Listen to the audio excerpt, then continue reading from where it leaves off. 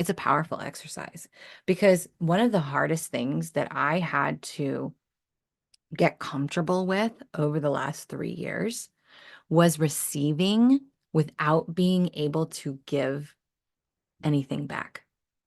I had to learn to unconditionally receive. Hello, my loves. This is Johanna Burkhardt. I am a multidimensional channel, teacher, healer, and author. And I am obsessed with all things metaphysical, esoteric, galactic, and of course, the healing journey. And I'm here to share my stories, my wisdom, and my teachings about being human in the illusion that we call reality. Welcome to Cosmic Blonde. Hello, my loves, and welcome to the first podcast of 2024. This is going to be a wild ride this year. It is a transition year.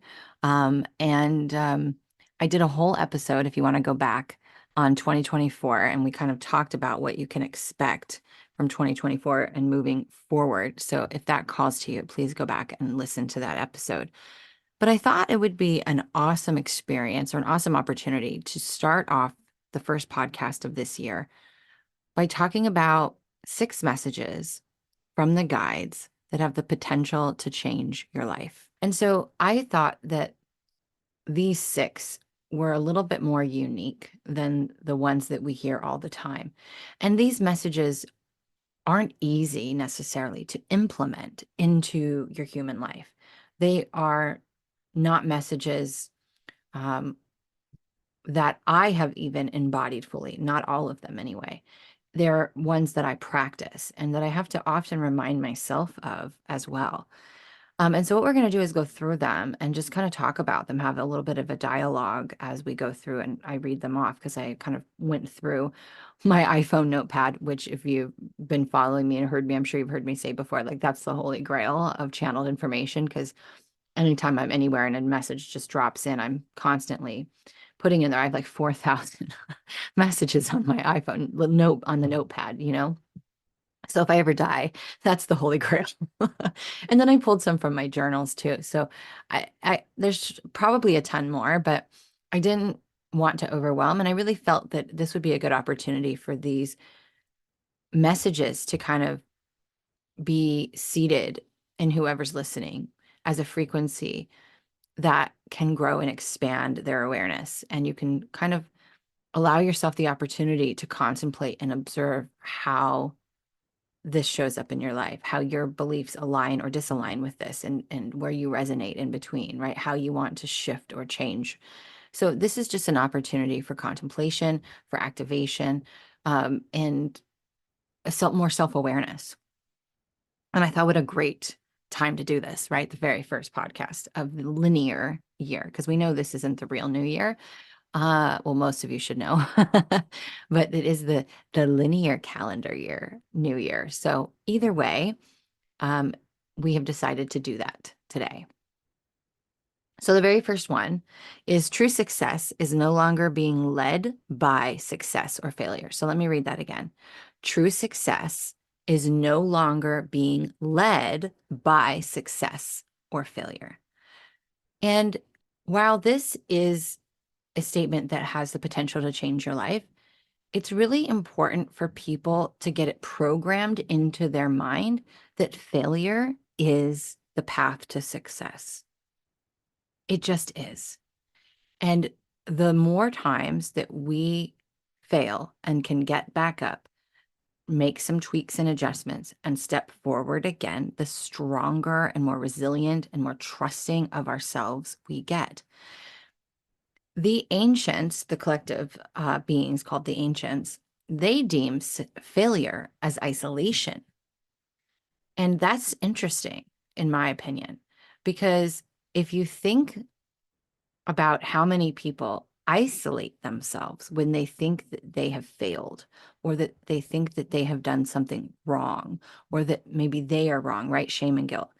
How many people, including me, this was my major response, and sometimes I still catch myself doing it, is when we feel like we have failed, AKA we aren't good enough, AKA we are the problem, which is shame. A lot of times we self-isolate And that is a trauma response from when you had emotionally unavailable parents and you had to, when you were struggling, when you were hurting, when something was wrong in your life, you were left alone to deal with it. And so you'd kind of been trained that the only way to deal with it is to isolate. And isolation is, in the ancients' eyes, the true failure. Because this is the planet of feeling, it's the planet of connection, planet of emotion, right? All of those things are intertwined. When we're connected, we can have vulnerability. We can share our stories in safe spaces, which is actually what heals shame. So you see how deep and intertwined these messages can go and be. It's an opportunity for us, though, to redefine what success and failure means to us. So, success for me has really shifted. There was a time in my life, um, many times in my life, where success was deemed by how much money I had, what position I was in a corporate environment, like my title, the success financially or otherwise of any of the businesses I have owned over the years. Success was very much outside of me. It was very much a monetary thing or a status thing. Did I have the husband? Did I have the house? Did I have the car? Did I have all the toys? You know, when I was in my late 20s and early 30s, well, most of my life, I have owned ATVs and off-road vehicles, and I grew up going to the desert and very much doing all the outdoor sports and activities, going to the river, being on the water, jet skis, boats, the whole nine yards, right? RVs. And those things became status symbols as I grew up and had to get them for myself.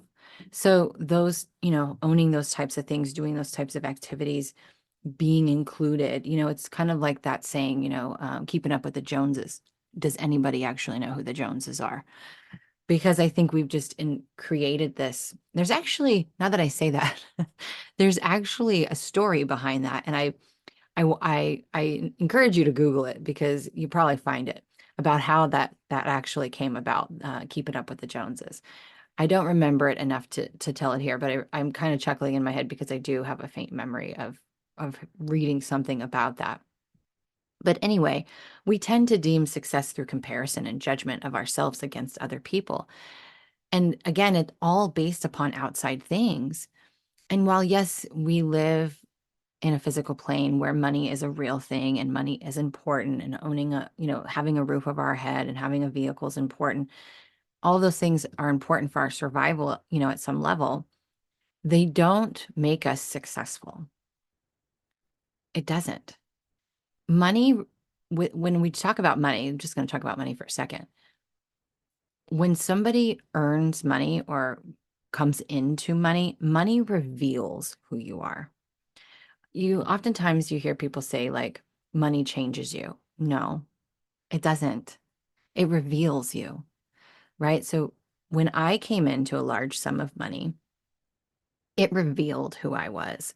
It revealed how much I felt. And it breaks my heart to even say this out loud, but it revealed to me how I truly felt that in order to be accepted, liked, loved, wanted, that I had to give all of my money away. I had to buy people things. I had to make people things, like create extravagant surprise birthday parties or putting money down on someone for a car or, when my husband begged me for decks around our house. And so I put in all these beautiful decks around the house. I learned that I placed my worth on a transactional basis, which is interesting because that's actually, thank you, guides. This was a great segue into the second, the second message from the guides. But that's what I did is that money revealed that I truly felt that I was only valued or loved, or wanted for what I brought to the table, like what I could tangibly give. And this was a theme. Like when I look back, even in my second husband, it wasn't the same, but the same energy was there, right? And I see that in friendships in high school and junior high. I see it in friendships in my 20s. So I look back and I go, oh my gosh, like this has been a theme for a very long time in my life. And so I learned a really hard lesson because I came into a large sum of money and it did not last very long. And it didn't last very long because I couldn't sustain it. Because remember, I'm always telling you, right? The guides are, this is one of the things that is most common is when it comes to manifesting, you have to be able, you're not going to be able to sustain the thing that you desire until you become that. Be the change. You have to embody the frequency of that in which your desire resides on. You're always manifesting who you are, not what you desire. And that's what it revealed to me. And it allowed me to go, whoa. And I didn't see this, you guys, until um, I don't know, probably a good year after the money was gone. But then I was like, wow, I see now because the money truly revealed who I was. And I spent a lot of money on personal development. I spent a lot of money investing into myself. But the thing, even with that, is that I thought I had to do all of these things in order to be somebody. And really, the true work was I had to come back to me. I had to redefine what success was to me. I had to reclaim my worth. I had to stand in my light. I had to do all of the things. I had to do the work to love and trust and believe and choose me, right? So that is what success is for me today. Success is my happiness and my peace, regardless of what's happening around me. And I'm getting much better at that. Like 2023, my word for 2023 was joy. And I just rediscovered that because honestly, I forgot what my word was for 2023. And thank God for memories from reels, right? Because that memory came up and I was like, oh my God, my word was joy. And while 23 was a challenging year on many levels, and I literally let go of the rest of any of my safety nets, and I said goodbye to a lot of people in my life, it was the year that I had the most joy probably in 10 years. And that's wild to say. Like as I'm saying it, I'm like, that is wild. That is wild. But that's what like my freedom and my joy, regardless of the circumstances I am in, is where I deem my success. And that comes from inside of me, not alone, not no longer outside of me. So the next one, which we're going to segue into, which is perfect, is this one's a little bit longer. Worth is not transactional or conditional, it's inherent. So if you've ever wondered what it would feel like to feel worthy within you, they've given us a little exercise. Okay. So imagine doing, being, and receiving anything you have ever wanted without having to do anything to receive it. How does that feel in your body? Because what you feel in your body is going to tell you if you believe you are worthy. Because if you get a pit in your stomach and you're like, oh my gosh, I have to go do something. I have to give them something. I have to go out and buy them something. I have to do something in return. I need to be there for them. I owe them. This is where it's going to show you where your lack lives. It's a powerful exercise because one of the hardest things that I had to get comfortable with over the last 3 years was receiving without being able to give anything back.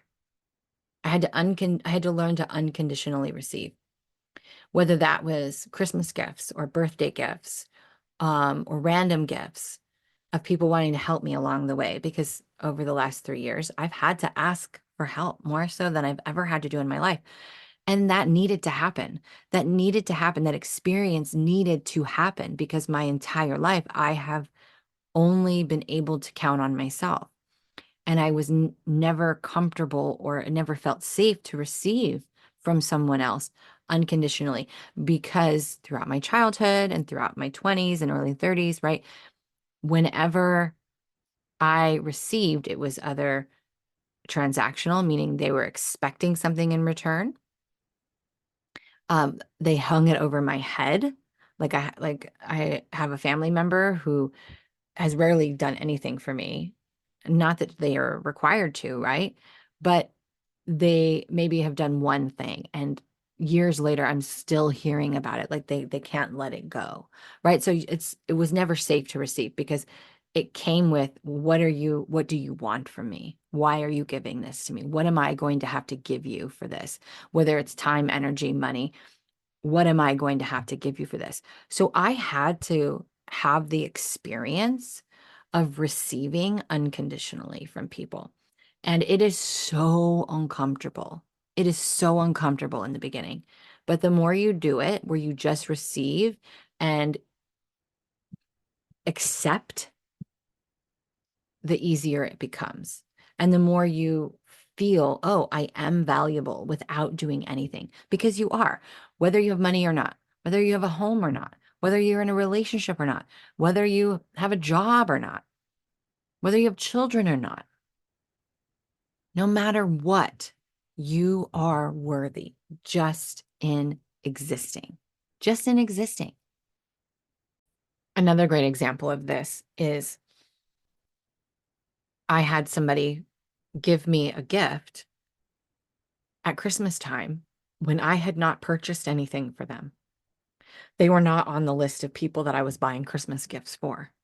So I received a Christmas gift without running out to buy them something or doing something for them in exchange.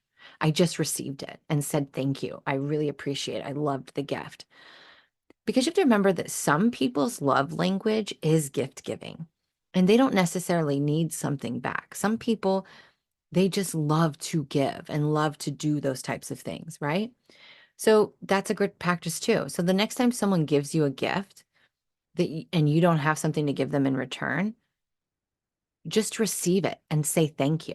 When someone gives you a compliment, instead of being like, oh, no, I'm not, or, deflecting it, just receive it and say thank you. Honestly, that's the perfect place to start, right? Is when people compliment you or say nice things, just receive it. So that's always the message. Accept and receive. You can't receive without accepting, right? So whether it is words of affirmation, whether it is a compliment, whether it is a gift, whether it is help that you desperately need, whatever it is, practice receiving by accepting it instead of projecting, deflecting, judging, whatever. Just receive it and say, thank you. Thank you is a complete sentence. Thank you. Be appreciative of it. There will come a time where you will pay it forward. And honestly, look back in your life. You've probably already done that for a million other people anyway. Remember, everything is cyclical. What you put out, you will get back. So when we are receiving unconditionally, we are receiving back what we have already put out into the world a lot of the time. So don't forget that. The next one is one that I'm still working with a lot. Overwhelm is you believing an expectation is not being met. So again, overwhelm is an expectation that you believe wasn't met. So what can you do in this moment? You can ask yourself, what is the expectation? What do I believe is supposed to be happening right now? What do I believe should have already happened by now? What am I expecting to happen right now? Oftentimes, it's not really a tangible thing. It's a space. Like, oh, I thought I should have been more financially secure by now. Oh, I thought I should have been married by now. Oh, I thought I should have had kids by now. Oh, I thought my children should have had grandkids by now. Oh, I thought I should be doing this in my business right now. It's like you are projecting yourself and saying you haven't met a benchmark. Like, just think about that for a second. Because I get overwhelmed from time to time. And for me, it comes in as I'll get the way that my energy works is very cyclical. So I'll go through phases to where I'm very inspired, very motivated. There's a lot of downloads that come in. There's a lot of ideas. There's a lot of forward momentum. And I feel this huge push to just do all these things. And then I'll go through cycles where there's nothing. It's kind of dormant and it's my rest period. And so I work in that form all the time. It's been that way most of my life. But the overwhelm for me would come in when I would get that surge and I would get all the ideas and I would get all the downloads or I'd have all the inspiration, to take action. And then I would feel like I have to do it all right now. And I didn't. What I learned was I just need to write it down. I need to write it down and go, okay, which one feels most aligned for me to do right now? And then do that and then move to the next one. Um, Sometimes overwhelm can come in when we look back through reflection, or we are kind of gauging where we are against our romanticism of where we thought we should have been or should be, right? We're keeping ourselves to a standard that's oftentimes ridiculous, for lack of a better term. It's just a ridiculous standard. And I'm that person. I have extremely high standards of myself, expectations of myself. Like I have, as a child, I was expected to do things that most young adults don't know how to do. And on my own, without anybody really telling me or showing me, I had to figure it out. And so it created this program in my body. It's not even a belief necessarily. It's just this program that's been created to hold myself to a higher standard than is realistic, you know? So thinking like I should be here, like these ridiculous benchmarks because I might have been 5 doing things that 15-year-olds didn't know how to do. And so I've created this ridiculous expectations standard for myself, this bar that I have to reach. And it's interesting to me how many other people are like that, right? And so it's really important when you feel overwhelmed. And I love this because when we get overwhelmed, we often don't know what to do. It can lead to anxiety, it can lead to panic attacks. It can activate our nervous system so much that we go into complete freeze and shut down. And when we don't do anything, right? Because we're like, oh my God, there's so much to do. I don't know which to do first.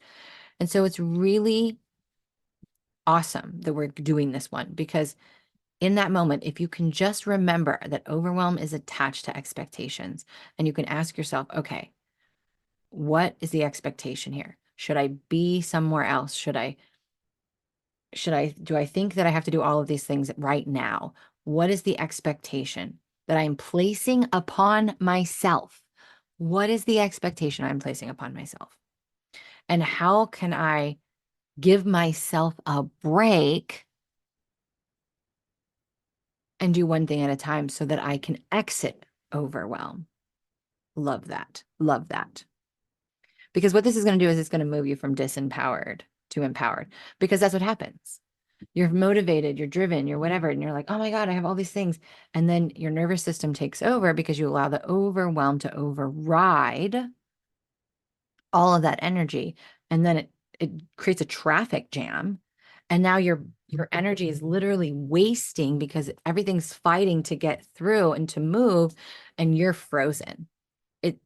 Traffic is in a snarl. Like there's a huge congestion, a huge block, and all your energy's trying to free that block. And next thing you know, you're fucking exhausted because you've allowed yourself to get stuck and freeze. So if you can catch the overwhelm in the beginning and you can go, oh, okay, I'm feeling overwhelmed. Okay, what's the expectation? Let me just get a pen and paper. Let me write some shit down. Let me talk it out, whatever you need to do, but get clear on what you are expecting of yourself. And then give yourself a fucking break and watch the energy shift and change before it gets to the space to where now you've just wasted all that beautiful divine energy. This is a good one. You only ever want validation for the things that you already think about yourself. Listen again. If you You only ever want validation for the things that you already think about yourself. But if you already think something about yourself, why would you need someone outside of yourself to validate it? Like, sit with that for a moment. You only ever want validation for things that you already think about yourself. So if you already think those things about yourself, why the hell do you need someone else outside of you to validate it? And another thing that the guides always say, like this is the reoccurring one, right? You're never asking for validation, you're asking for permission. You're not asking for validation. You're saying, can I do this? Is this the right choice? Because you're afraid of a consequence, right? So the next time you are wanting validation, you need to ask yourself, what power does that person, place, or thing have over your power, your knowing? Because that person, place, or thing doesn't know you like you know you. So when you're trying to get validation of it, do you want me? Do you love me? Do you, am I valuable? You seeking that validation proves that you already think those things about yourself. But you, yes, yes, you don't believe you. You don't believe you. You don't believe you. You need someone else. You're looking for someone else to say, yes, you are those things. But when you're looking for the mirror, the reflection, right? You're wanting someone to prove it to you. Because it's interesting because as children, oftentimes when we grow up with that wound of not enough or unworthy, it's because we've had these experiences that created evidence to the contrary. So we have all this evidence by the way that people treat us, by the experiences. This is the ego, by the way. The ego has all this evidence of the way that people have treated us, the experience or the circumstances we have lived through. And that has created a bank of evidence that we are not enough, that we are not worthy, that we are not these things, that we are seeking validation for. So that when we start to request validation, through people pleasing, through whatever the means that we're doing, when we're asking for validation, we're wanting the ego. Thank you. The ego is wanting proof, and to build that proof that we are worthy, that we are lovable, that we are whatever, that we can have whatever, right? Prove it to me. The ego wants proof. The ego doesn't understand that we create from the ethers, that we can pull any energy and bring it into form. The ego doesn't understand that. It's a very limited mind. It has a very limited perception, a very limited perspective. That's what makes this game so interesting. So knowing that, you only ever want validation for the things that you already think about yourself. So if you are asking those things to be validated, anytime you feel yourself needing validation, it's like asking the universe or asking God, am I worthy enough of $1 million? Am I worthy enough of this relationship? Bring me this man if I'm worthy. Bring me this money if I'm worthy. Let customers buy from me if I'm worthy. Let me get this job if I am worthy.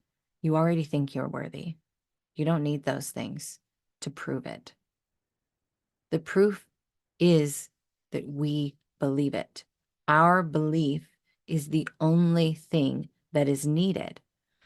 And the more you can reinforce that belief within yourself,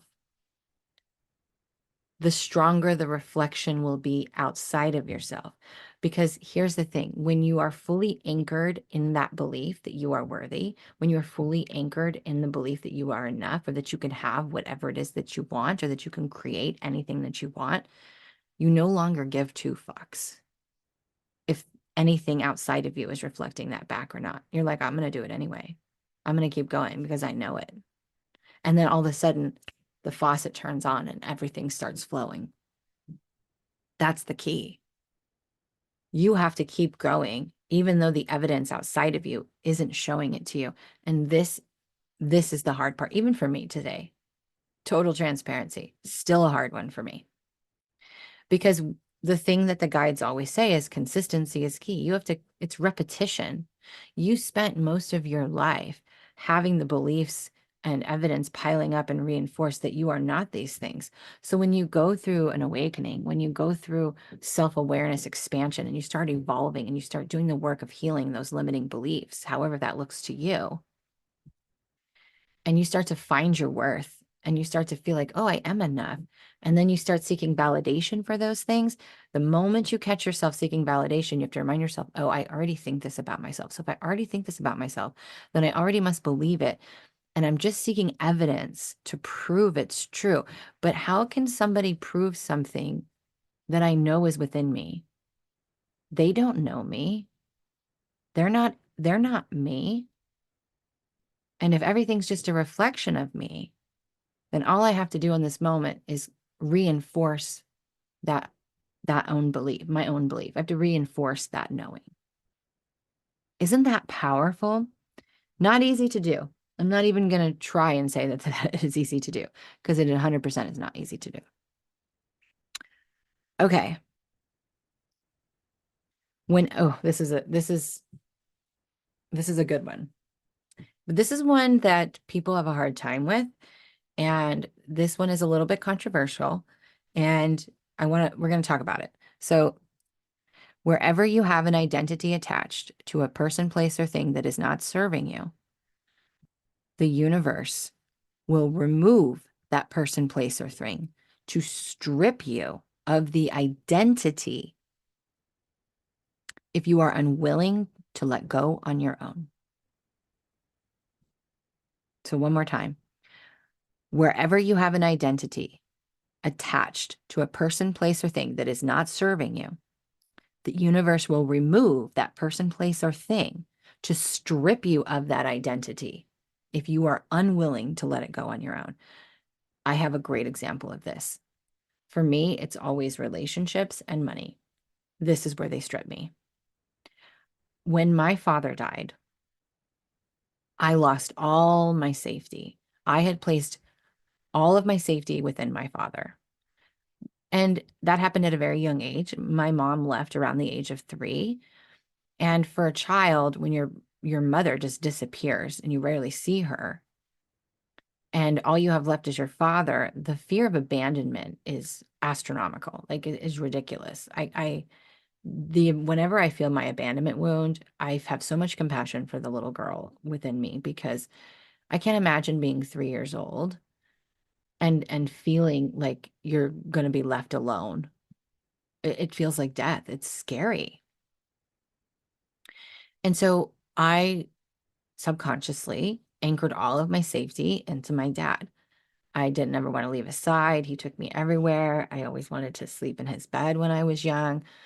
Um, he was my everything until the day he died, honestly. He was my everything. And so when he died, so actually, let me step back. I don't even know if I wrote this in my book or not, but in 2008, this is when my awakening, this was the very, like, you have to look back on hindsight sometimes and go, when did my awakening really start? And it was about 2008. In 2008, my father had a scare, a death scare, honestly. He was diagnosed with congenital heart failure and a bunch of other things.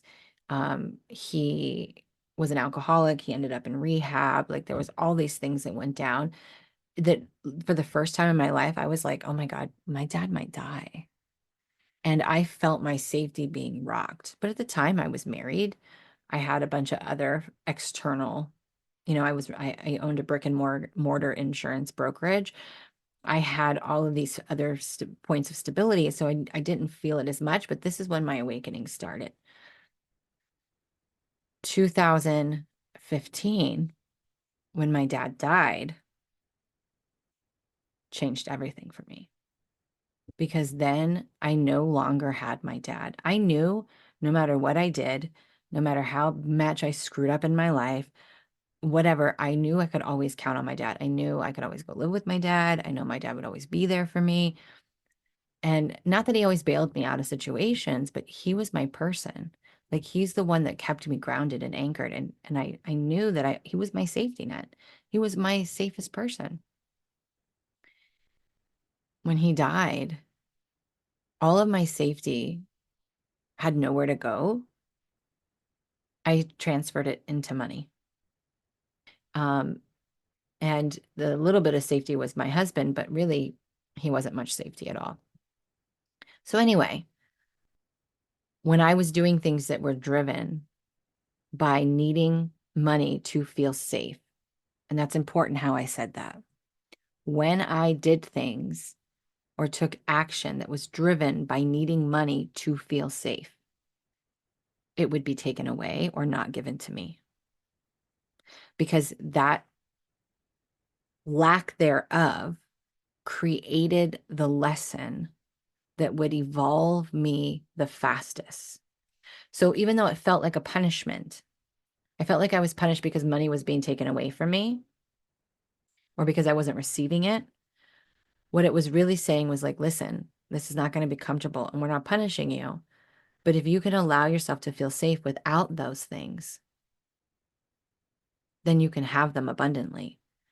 But by needing them to feel safe, you're creating a dependency.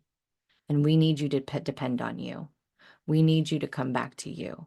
We need you to feel safe inside of you. And I've also gone through the phase of where I feel like I need a man to be stable. I need someone else there as a safety net or to feel safe or to be stable. And so when I started dating again, I would say this phrase, if he's not the one for me, remove him from my life. If he's going to be one that it's going to take me down a path that I've already repeated multiple times, remove him from my life immediately. And I had some hurts over that one. But that happened a lot. I would go on a couple of dates. The dates would be amazing. And then all of a sudden, like a switch would flip. I would say that, and usually within 2 or 3 days, a switch would flip and they were gone. Or something would happen where I would leave. And I needed that. I needed to put that intention out there because I do not want to repeat any of the relationships that I've had in the past. I don't. I learned with my last marriage my pattern. I learned who I was choosing, why I was choosing them, why it was serving me, why it ended. And I said, oh, okay, I've learned. I'm not going to do that again. But sometimes, they say love is blind for a reason. Those red flags can sometimes look a little pink. So I would say then, hey, if he's not the one, if they're not the one, remove them from my life. And can't say those things unless you're prepared for it. But one of the messages that the guides would come through for me personally and say is like, you have this pattern of where I was motivated by being in a relationship. I was motivated by, oh, I will work harder and I will be better and I will be more motivated and more driven if I'm in a relationship, if I'm doing it for somebody else. But see, being self-led, choosing you means being motivated by you and not by anybody else. It's saying, I want these things for me because I know I'm capable of them, because I know I am worthy of them, because I know I deserving of them, because it makes me feel good, whatever the case may be. But I had a pattern of saying, if I have a husband or a boyfriend, then I want to show up and be that all these things for them and not me. And so as you see what there, I had identities, right? I had identities. I'm not worthy unless I'm a wife or somebody's partner. I'm not worthy unless I have money. I have to have these certain things. That's what these things create my identity. These things create who I am, and they don't. My children, oh my gosh, my children was another one.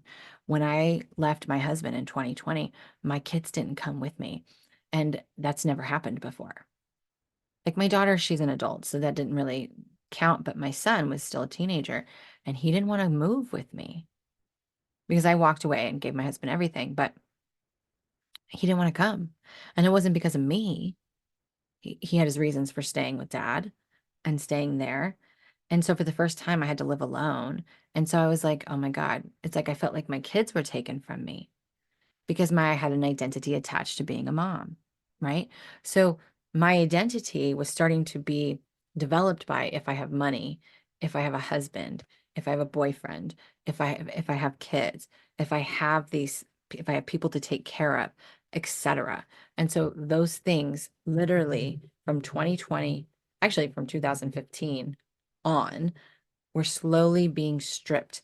And it was the most, I can promise you that 2015 to until about last year were excruciatingly painful a lot of the time. And I think that's weird for me to say because so many people who listen to this podcast have been following me for a long time. And they'll be like, I've seen you have so much joy and so much happy and so much success. And it's like, yeah, but it hurt. A lot of it was painful. And painful comes from suffering because I was attached. Suffering comes from attachment. When you're attached and things have to be stripped from you, that's when we feel suffering. But if you're not attached and things get removed from you, you're like, well, okay. And I'm starting to have more of those experiences where things are removed from my life and I'm like, well, all right, next, because I'm learning to detach. That's my practice.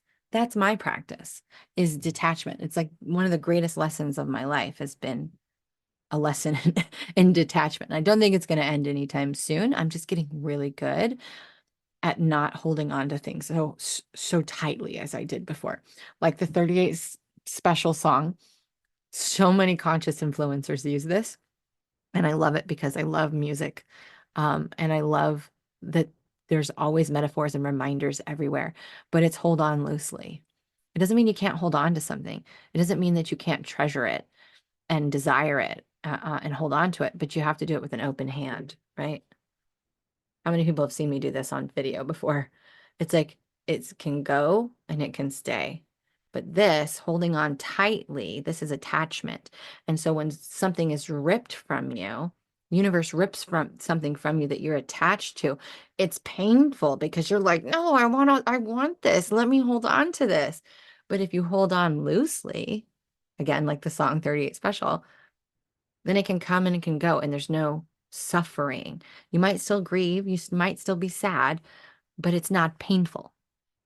So I was super attached for a long time to a lot of things, and so I experienced tremendous suffering.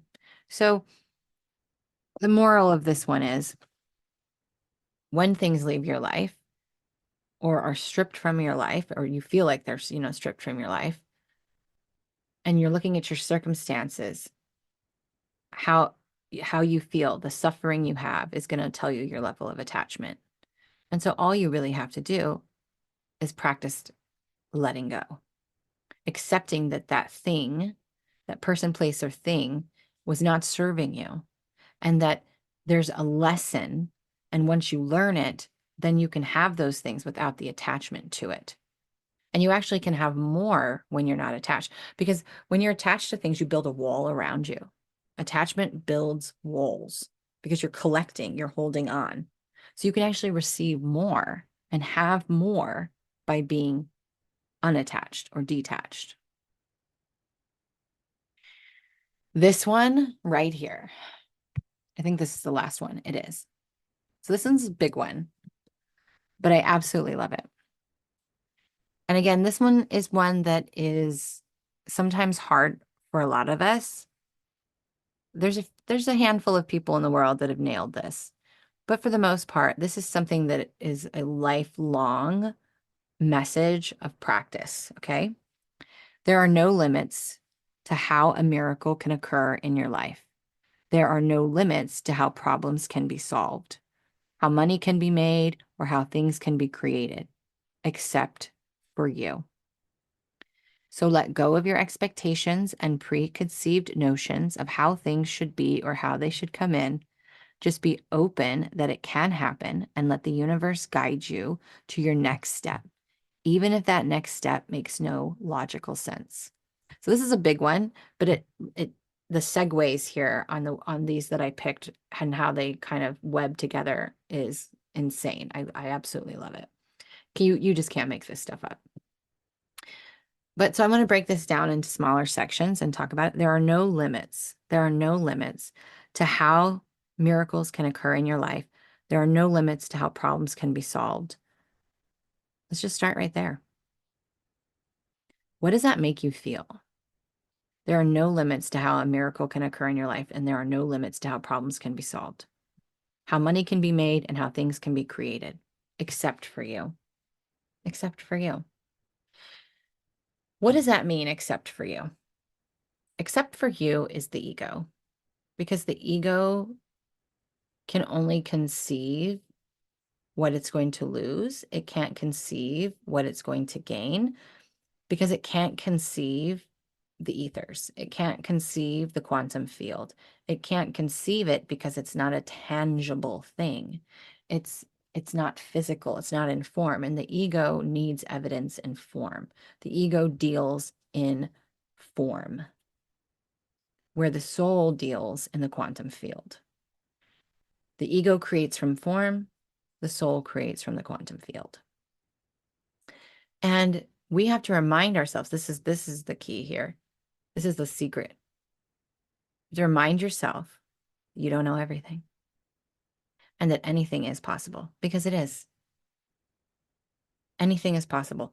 There are things that have happened in the world today, especially in the world today, where you would have never in a million years expected that to happen. But it did. You never know how a miracle can occur.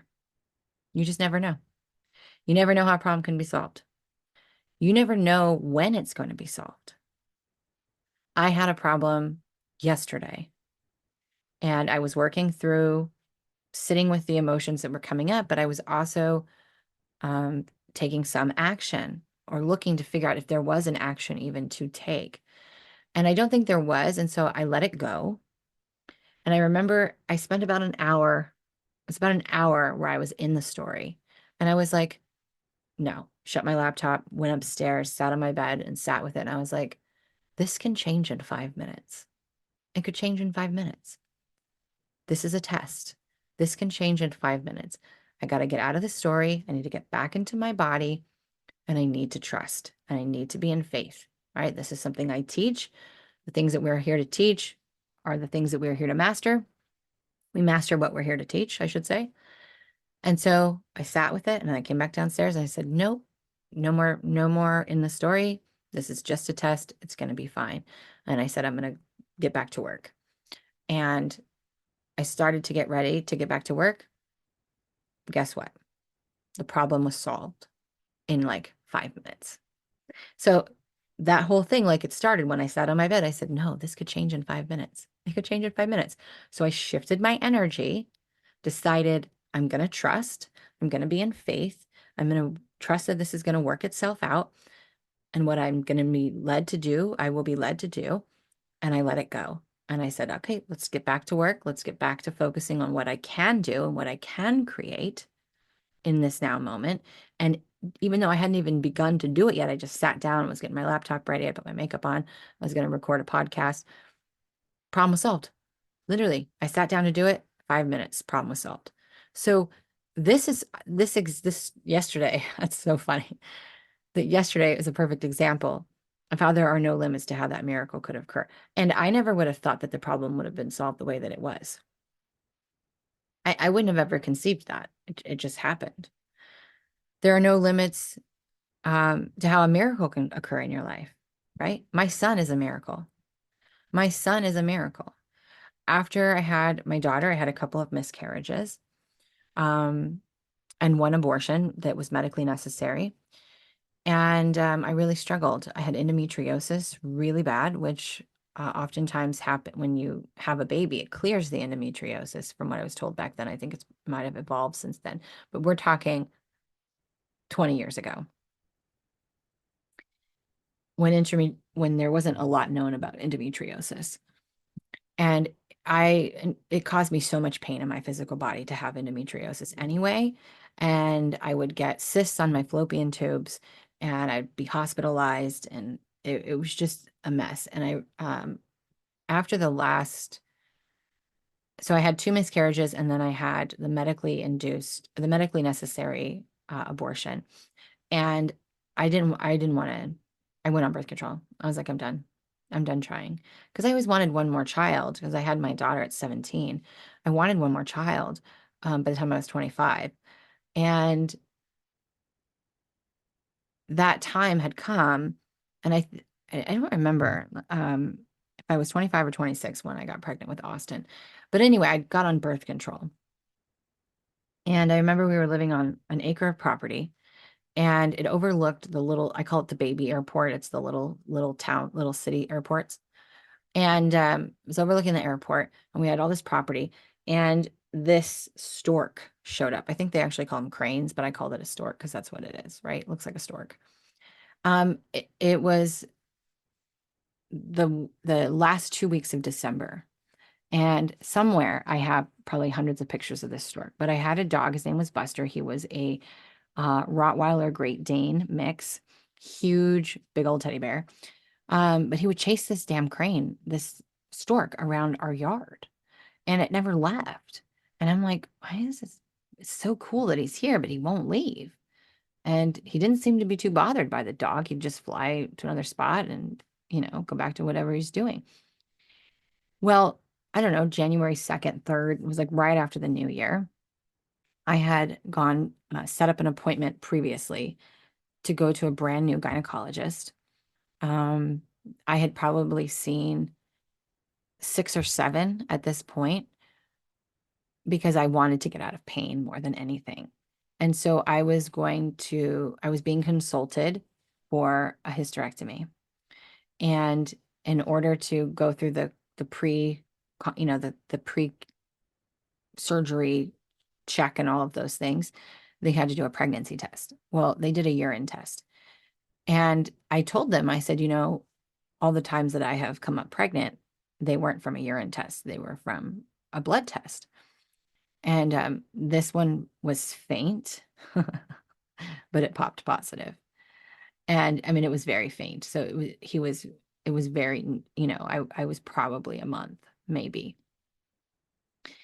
And immediately I felt a pit in my stomach, and I was like, when's the abortion? Like, I don't want to go through this again. And he was like, no, we will get you through this pregnancy. You're going to have this baby. And I don't know, there was something about the confidence. And this was a little short Chinese man. And he was so positive, and he was like, no, like, you're going to have this child. And I did. I did. They called him the camper. I went out on bed rest around 5, 6 months. Um, I gained 100 pounds in that pregnancy. Like, I always had really hard pregnancies. I feel like my body didn't feel safe, and I would just blow up. And so I spent about 4 months on bed rest. I had, he wasn't doing real well towards the end. And so we had I can't even remember now. It's been so long because he's 17 now, 3 or 4 um, times where they tried to induce my labor with, what do they call it? Pitocin, I think is what they call it. God, it's been so long. And he wouldn't come out. And so they finally had to pop my water bag and force him out. He ended up having a really, really bad case of jaundice. It's a whole nother story around that. But anyway, he was a miracle.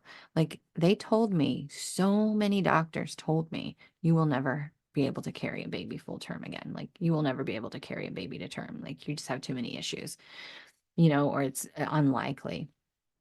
And so I'm always like, I always tell people when I hear or talk to people who have fertility issues, if it's meant to be, it's going to be. It's going to be. Have faith. Like, there was no way that I should have been able to get pregnant. Not only that, I was on birth control. I was totally detached from it now, but that was the key too. I was detached. I was like, I'm done. It's not going to happen for me. I'm going to let this dream go. You let it go, it comes back, right? And boom, there it was. So again, he was a miracle. Funny, he knows that. And it creates a little bit of controversy and tension between my kids because I'm always reminding him that he's a miracle every year on his birthday because it's a celebration for me too. And then how money can be made, right? How things can be created. Like think about the person who created the pool noodle, or the little things on the end of a shoelace, or the first microphone, or just like the most randomest things. You think about somebody created that. It was just a joke or just an idea or something, and now they're a millionaire or a billionaire. You just don't know. People are making money today online doing the most ridiculous things. Literally, if you watch TikTok, people make money doing some really wild, crazy things. And so, again, there's no limits. We're the ones who put the limits by saying, that's not going to work for me. That's not possible for me. I don't know how to do that. I can't do that. And instead of just playing with the energy and trying it and putting it out there, because it comes right back to the first one, which is true success is no longer deemed, isn't no longer being led by success and failure, right? So we often smash our own inspiration, smash our own ideas, not give ourselves a fighting chance because we don't feel or understand or know how that thing is going to be successful. And so we are saying, I can't create that unless the outcome is favorable. And that is where we have to make the shift. It's not about the outcome, it's about the process of creation. Again, I learned this the hard way with my book because Holy Grail did not do well. It still has not sold um, thousands of copies, right? So I think it's only sold hundreds of copies. And that's great. And it's reached people and it's helped people. That book was so healing for me to write. And that alone was worth writing the book. But I didn't see that book as a success in the beginning because it didn't do well financially. It didn't hit the New York Times bestseller list in a week, you know? Because sometimes I can be like that. Like, oh, I'm done. Where's my award? Why isn't it number one on the bestseller list? I think I've had some really affluent past lives where where I just expect it should come this easy and natural. So when it didn't, I found where my identity was attached. Like I love how these are all together. They're all interweaving now. But I found where I had an identity attached. We're like, oh, there's an identity attached to this book. Let me strip that of you, right? Let me take that away and get back to the process of creation. You wanted to write that book. Why? Because it did something for me. The process of creating it healed me. It just did. I can tell those stories now without crying, without tremendous pain, and putting that out there in the world while the perpetrators of my life a lot of them are still alive was the bravest thing I've ever done. And it allowed me to face the fear of failure. It allowed me to face the fear of death. It allowed me to face so many fears of persecution, of judgment. That book, creating that book, writing that book was so fucking healing for me. And the next one that I've started already is going to be the same process, except this time I'm going into it like, I'm writing this for me. If it does well, great.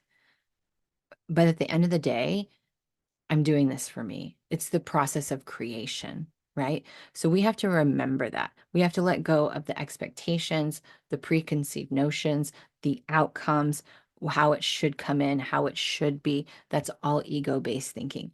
The ego is very limited, it's very linear. It doesn't have the access of everything in the quantum field that we can pull from. It says that we have to have A, B, C, and D in order to get to E, and that's just not the case. Nothing that's linear, right? Like our calendar year is linear, time is linear, everything is linear. That is a physical construct of this reality. It is based in the ego. It's not true. And so when we can simply say to ourselves, I don't know how, I don't know when, I don't know where, but I know it's possible. It's possible. Because look at what we once probably deemed as impossible is now happening, right? So all you have to go is go, I don't know how, I don't know how, I don't know when, I don't know where, but it's possible. I just have to know that it's possible. I just have to know that it's possible. And in doing that, you can say, like, I wonder, this is where curiosity, and this is one of my favorite tools to give in private mentorship, is to figure out the curiosity questions that that person needs and being like, I wonder what it will look like to have X, Y, and Z. I wonder how it's going to show up. I wonder, and one of the things I like to write in my journal, I wonder where and from whom I'm going to receive money from today. I wonder where and from whom an opportunity or an offer will be presented to me today. I try to write those questions in my journal on a daily basis, because by doing that, by placing the question of curiosity, my ego will then go and start to seek it. And as it's seeking it, right, the quantum field can begin to create it, because it's like it's looking for those things. And we just have to be open and receptive, because that's what it is. Just be open that it can happen and let the universe guide you to the next step. And so then when you're open and you're looking, now it's going to be, you're more aware of, oh, here's a little step right here that I probably wouldn't have known as a step if I wasn't actively going, what's the next step? I don't need to have it right now. I don't need to know all the details. I just need to know that it's possible and to be open to that next step arriving, even if it doesn't make logical sense. And I've had many podcasts where I've talked about all the things that I've done that are completely illogical, because they were just from a space of intuition and guidance. So those are 6 of the most, in my opinion, at this moment in time, some of the most transformational messages that I could bring through, and that I'd love to leave as an activation for you to kind of let those things seed, and for you to kind of contemplate and reflect upon how those things have already shown up in your life. And go back and listen to this a few times, because I feel like there's so many little nuggets and seeds in here that will really flourish into something amazing if we can start to put these little things into practice. And I hope that 2024 is an amazing year for everybody who is listening, and that you can make it your mission this year to believe, have faith, and trust you, regardless of what is happening outside of you. I love you guys, and I will see you in the next episode. Hey, thanks for listening. This episode was brought to you by JohannaBurkhardt.com, where it's time to defy the limits of your mind and step into your multidimensional mastery. Don't forget to subscribe so that you never miss an episode. See you next time.